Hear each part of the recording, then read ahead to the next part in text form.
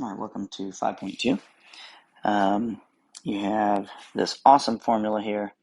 We're going to be leading into some other types of formulas. So let's go ahead and get at it. But just remember, you can scroll back and see what each of these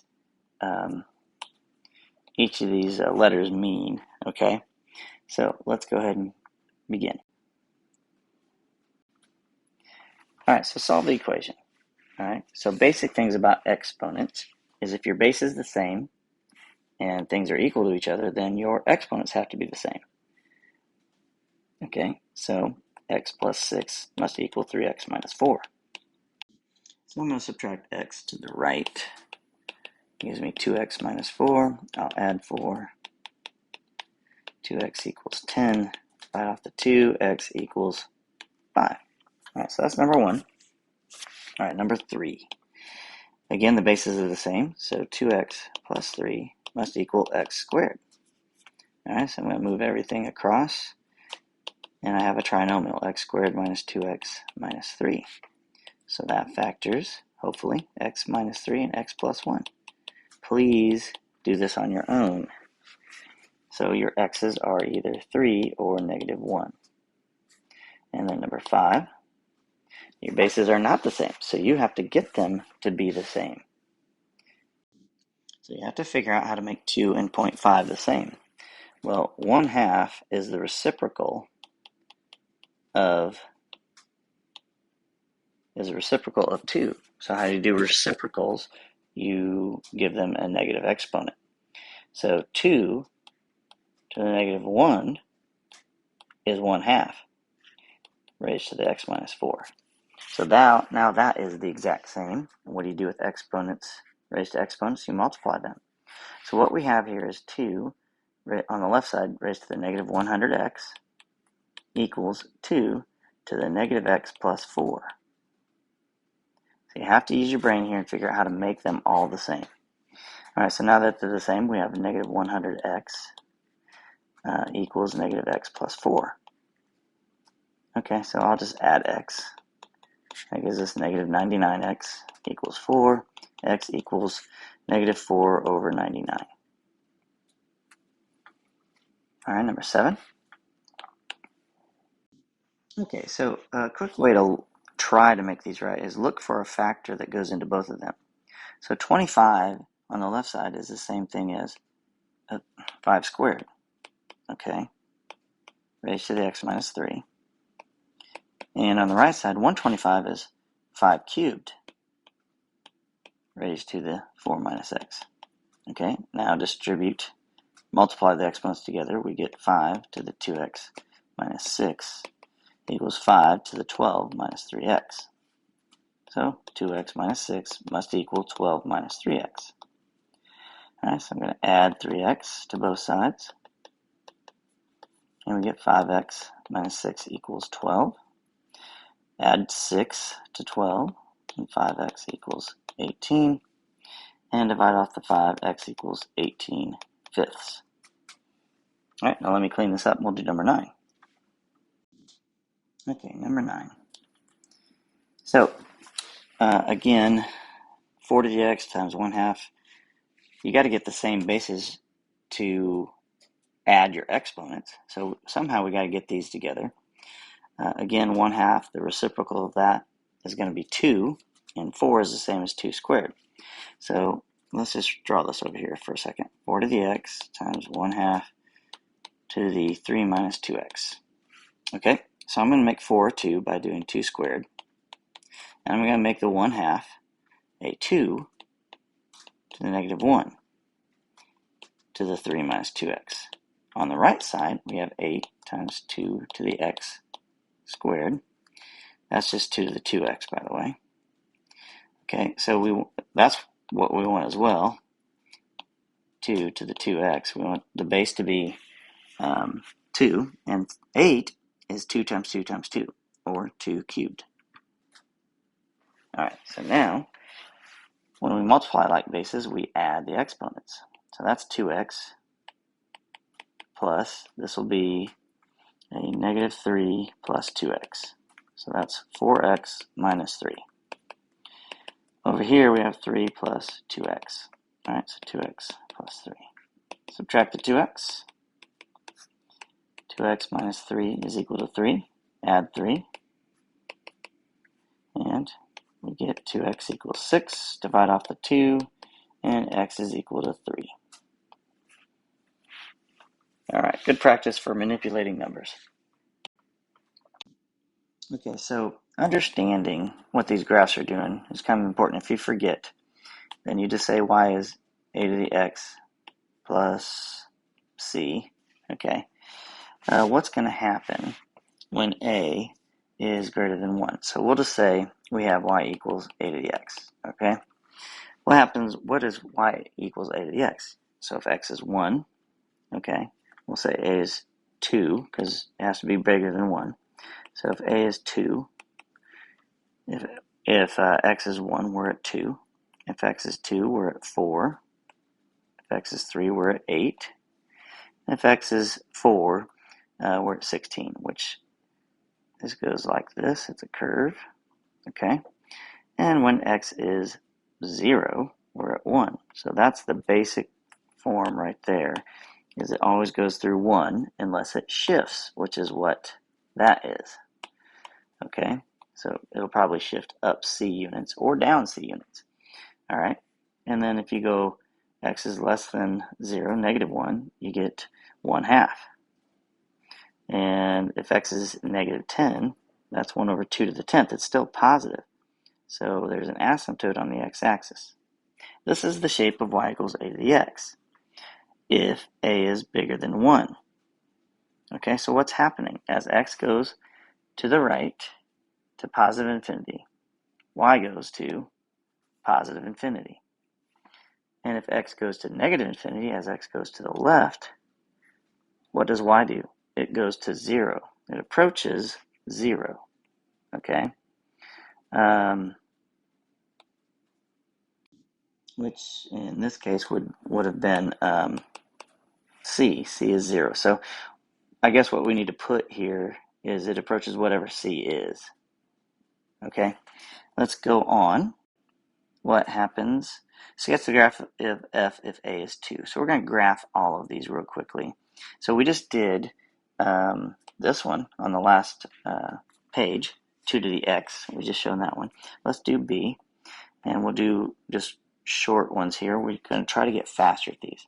So what's going to happen if that's y equals negative 2 to the x? What does that negative do? It flips it over vertically. It's on the outside of the function, so it's vertically going to shift it over. Okay, so just plot a few points just to see if that's true. So when x is 0, we're at negative 1. When x is 1, we're at negative 2. So it does flip it vertically. All right, C. When y is equal to 3a to the x. Okay, so the 3 on the outside stretches it vertically. Okay, so when x is 0, a to the 0 is 1 times 3 is 3. So it's way up there.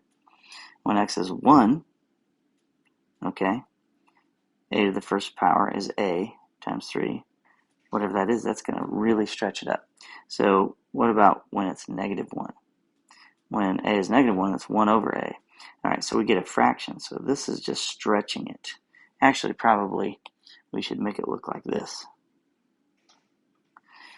That's what it's doing, stretching it vertically, but it's not changing the horizontal asymptote. All right, so let's go with D. And at D, we have a to the x plus 3. Y equals a to the x plus 3. So what that's doing is it's taking our graph from the last section that looked like this, went up through 1, okay, and it's shifting it to the right 3 units, okay, to the left. It's always opposite. Horizontal is always opposite. To the left 3 units. So what are we moving? We're moving the 0, 1 point 3 units left. All right, so let me erase this and give it a better graph. Okay, so 1, 2, 3. So that's what it's going to look like. Okay, that's D. How about E? E is y equals a to the x plus 3. Now, the plus 3 here is on the outside of the function, so it's going to shift it up 3 units. So our original function, let's just draw the parent function on these, just so you guys can see it. Okay. Now, this is going to shift it up 3 units, so we'll do it in blue. 1, 2, 3. Now, what else shifts up? Not just the point, but your horizontal asymptote also has to shift up. So this is what that's going to look like. So it just shifted up 3 units. Let's go to f.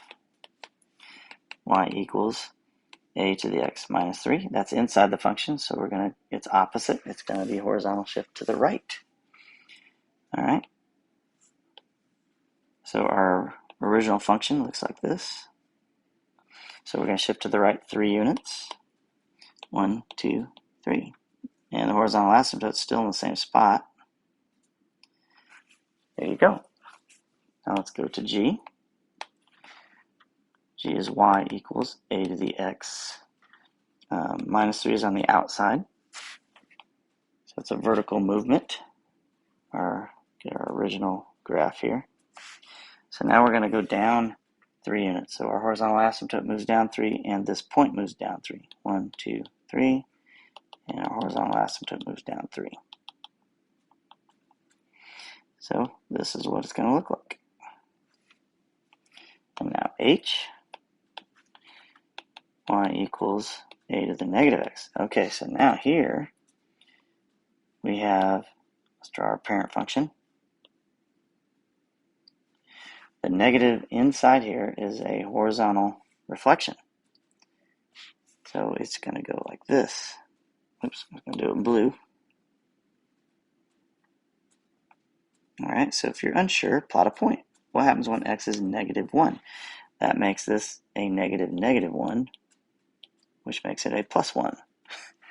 Okay, so that means it's positive up there, and that's where we're at. All right, so let's go on to I and j. Let me clean this up, and we'll do I and j. Okay, so I is y equals 1 over a to the x. Okay, so now what happens when you have 1 over a? Now in this position is the a position. This is making it sound like a is less than 1. So we need to understand what that looks like. So first of all, let's go ahead and plot our a to the x again, our parent function. Okay. And it goes up to that spot there. Okay. Now, let's plot a couple points here. What happens when a is less than 1? Let's put in like 1 over 5. Y equals 1 over 5 to the x. Okay? So if x is 0, then y is 1 still. Okay? And when x is positive 1, we're at 1/5. And I think you see what happens here is this is now decreasing. So it goes like this and this direction. All right? So that was 1/5. Anything that a is, it's going to be a decreasing one. It may be fat. It may be really thin, okay? But that's the shape of 1 over a. So remember, if a is bigger than 1, that position is bigger than 1, it's increasing. If a is between 0 and 1, that means it's a fraction, okay? It's going to go this way, decreasing. All right, let's do j. J is y equals, let's do it in black, y equals a to the 3 minus x. Again, let's rewrite it as a to the negative x plus 3. Okay, so let's go ahead and graph the parent function. Parent function goes here. Okay, and that's 3 there, plus 3. Now, it shifts it to the left 3, 1, 2, 3. Okay, and it's going to, let's do this. It's going to go up and, let's see, I'm trying to make this symmetrical here. So when x is 2, we're at 4. So that'd be there. And when x is 3, it'll be way up here. Okay, I'm just trying to make it as symmetrical as possible here. Because what's going to happen is we now have to reflect it horizontally. So it's going to go like that. So shifting left and right, and then reflection, that's the best way to do it. Okay, now let's get moving. Sketch a graph of f.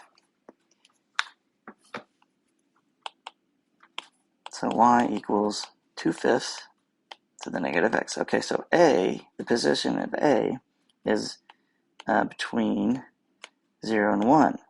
So it's a decreasing function. That's what you got to remember. All right, now, so let's graph this. Our parent function is this, and that. I'm sorry, over here. Let's just redo that part. There. Doesn't have to be that accurate. Okay, now what does the negative on the x mean? It's on the inside of the function, so it's going to reflect it horizontally. Okay, so just turn it around.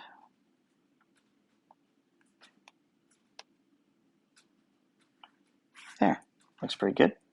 Next. So this is all just practicing increasing and decreasing functions.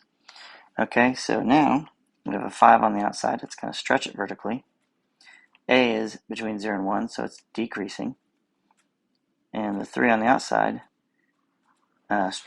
shifts it up. So again, our parent function, okay, and we shift up 3. Now, let's plug 0 in for x, and what do we get? 1/2 to the 0 is 1, times 5 is 5, plus 3 is 8. So really, it's up here. All right, so not only does it stretch it vertically and shift it, it also shifts it up 3. All right, so plotting a few points helps to really get an understanding that you're doing it correctly. The only way to really understand where a point is when you stretch it or shrink it vertically or horizontally is to plot a few points. And it only takes a few, all right?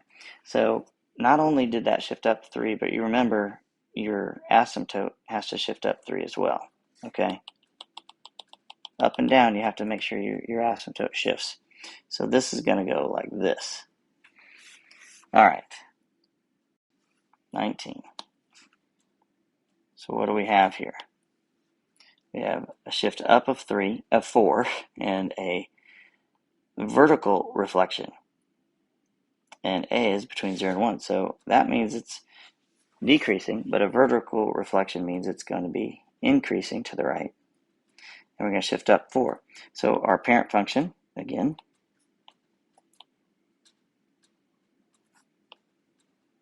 all right. Now plot a couple points here.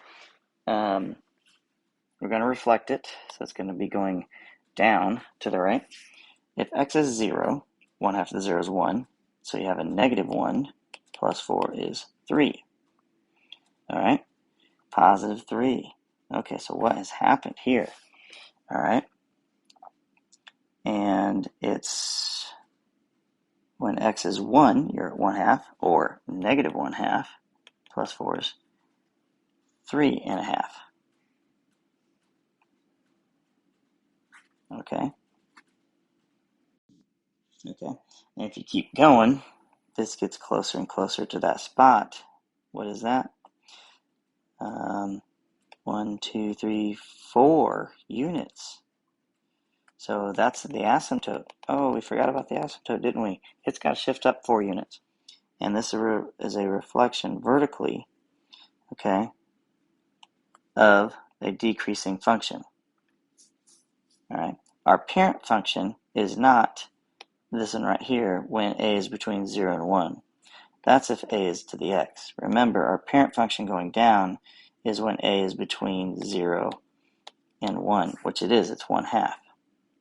Okay, so that's how we got to reflect that. We're not reflecting a to the x when a is bigger than 1. It originally should have been like this. There. That looks like a reflection. All right. 21. Again, a is between 0 and 1, so it goes down to the right. And we have a reflection, so it's going to go up to the right. But then we also have a horizontal reflection, so that means it's going to go this way, and it's also going to shift up 8 units. So this is the shape of what we have to end up with. Okay, I'm not going to draw the parent function on here. There's too many movements now. So let's plot when x is 0. When x is 0, 1/2 to the 0 is 1. That's -1 plus 8. That's 7. 1, 2, 3, 4, 5, 6, 7. Okay. And our typical horizontal asymptote is there. It's going to move up 8 units, just below or just above that 7 mark. So I'm saying that this is going to go like this. Let's just plot 1. Let's see what happens when we put 1 in. That's -1. 1/2 to the -1 is 2. So 1/2 to the -1 plus 8. Okay, 1/2 to the -1 is going to be 2. That's -2 plus 8. That's a 6. So 1, 2, 3, 4, 5, 6. Perfect. All right. If you have to plot more points, then plot more points. This is what we're going to do. We got to be good at this. Oh my, what does that look like? I have no idea. So let's go ahead and plot a few points and see what happens. A is in the position of being bigger than 1. So the parent function looks like that. So let's go ahead and draw the parent function. There's no shifting of the asymptote, so it's going to stay right there. But what happens when we plug in a lot of values? If you think through this, you'll get this right. Let's do positives first. Okay, when x is 1, the absolute value of 1 is 1, so we're at 2, which is right there. I should have put this a little bit nicer. I'll draw this a little more accurately so we can see it on this one. When x is 2, you're at 4, 3, you're at 8. So there's your parent function. All right, so far so good. We're in the same position. What about when x is 2? Absolute value is 2 is 2. 2 to the 2 squared is 4. And we're in the same position. Same position. If it's 3, we're going to get 8. Okay, well, now let's go negative. And here's where you see the issue. When x is -1, the absolute value of -1 is +1. So 2 to the +1 is still 2. So when we're at -1, we're here. Let's do it in blue. It's like, oh, so these are all the same. It's going to be the same there. And as you can see is y remains positive because of that absolute value. So it goes like this. It looks like a parabola. Okay, now back to another graph. A is bigger than 1, so parent function. So let's go ahead and draw that. We're not shifting up or down. Let's see if I can make this a little more accurate. Okay, so what do we have here? 1 minus x squared. Oh no, what's that going to do? Let's go ahead and figure it out, shall we? So when x is 0, we have a 1 for our exponent. So that's 3. All right. Now the negative is on the x, it's on the inside. Now that would appear that we are going to reflect it horizontally, meaning going down to the right. Well, let's just verify that. When x was 0, we got 3. When x is 1, 1 squared is 1, 1 minus 1 is 0, 3 to the 0 is 1. And it looks like we're going down to the right, but let's keep going. When x is 2, 2 squared is 4, 1 minus 4 is -3, so 3 to the -3 is 1 over 27. So when x is 2, we're way down here. And that just gets lower and lower and closer to our asymptote, but never touching it, okay? And then let's do a -1 just to show it. -1 squared is +1. So 1 minus 1 is 0. 3 to the 0 is 1. So at -1, we're at 1. Ooh, what happened? How about negative 2? Negative 2 squared is 4. 1 minus 4 is negative 3. So 3 to the negative 3 is 1 over 27. Way down here. So here you see a little boom, boom shape. All right, so that's what's happening with that x squared as a negative. All right, 27.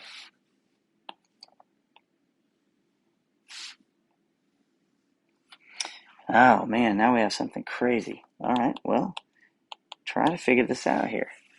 All right, the bases are the same. Can we do something with those?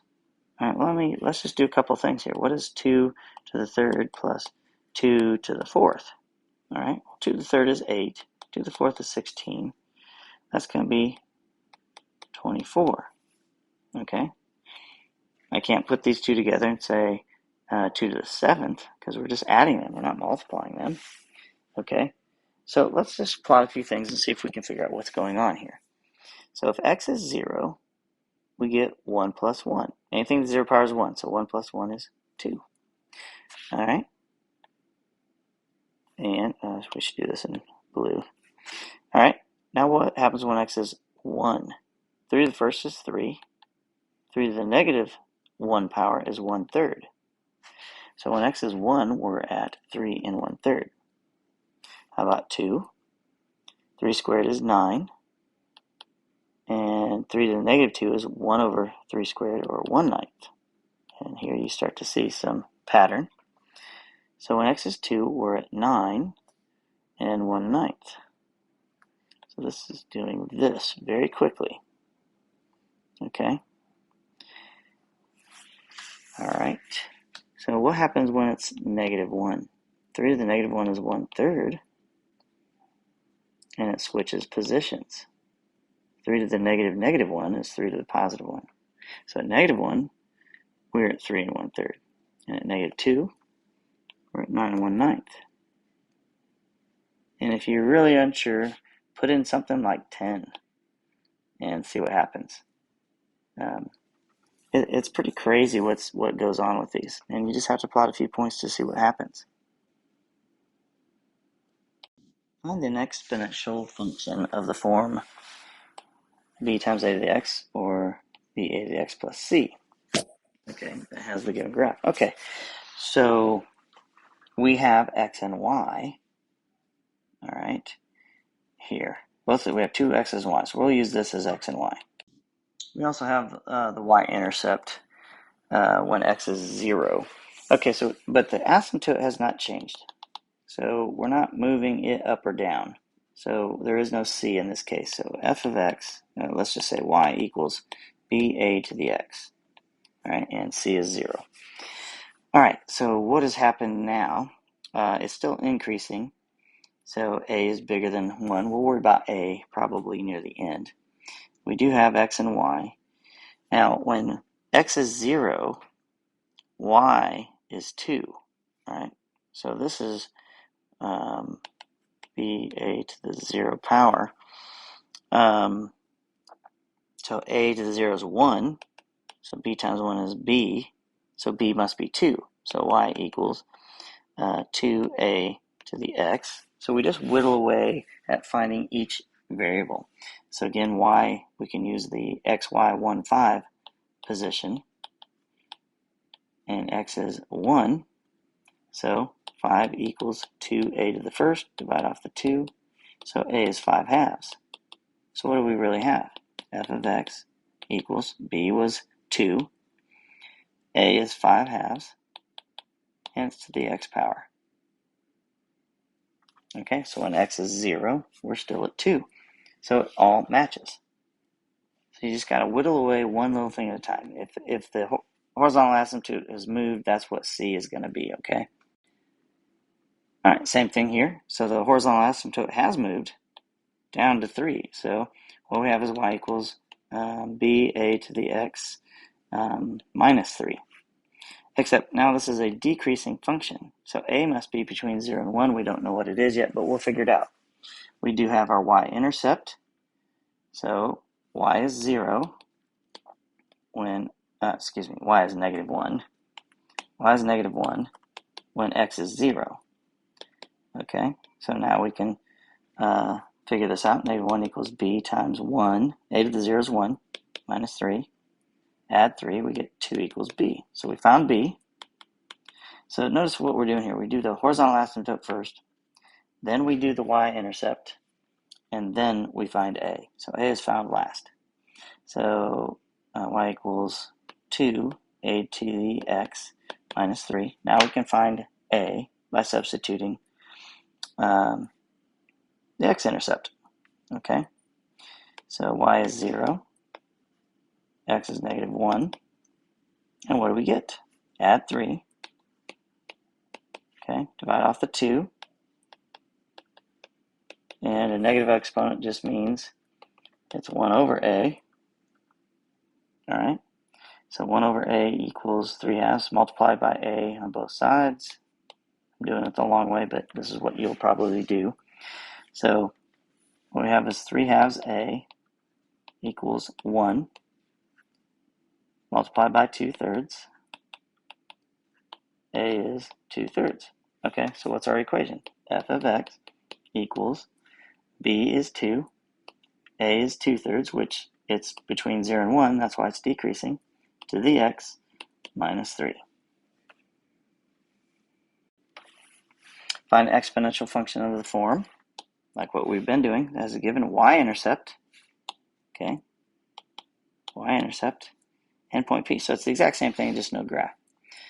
All right, so I'm not going to graph it here. Let's do y equals ba to the x.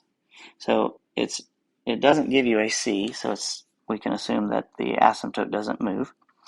The y-intercept is 8, so 8 equals b a to the 0. So we use the y-intercept first. And what do we get? A to the 0 is 1, so b is 8. All right, so y equals 8a to the x, and now we substitute 3 and 1 in. Please put them in the right positions.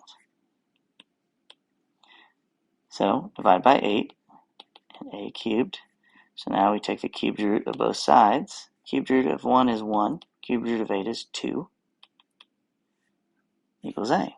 So y, we'll just do it professionally here, f of x equals, b is 8, a is 1/2 to the x. Okay, so it was a decreasing function. So just given certain pieces of information, we can write our equations.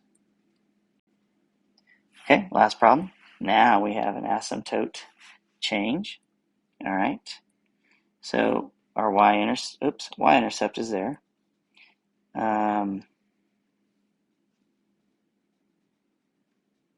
Okay, this is the given horizontal asymptote there, y equals 32.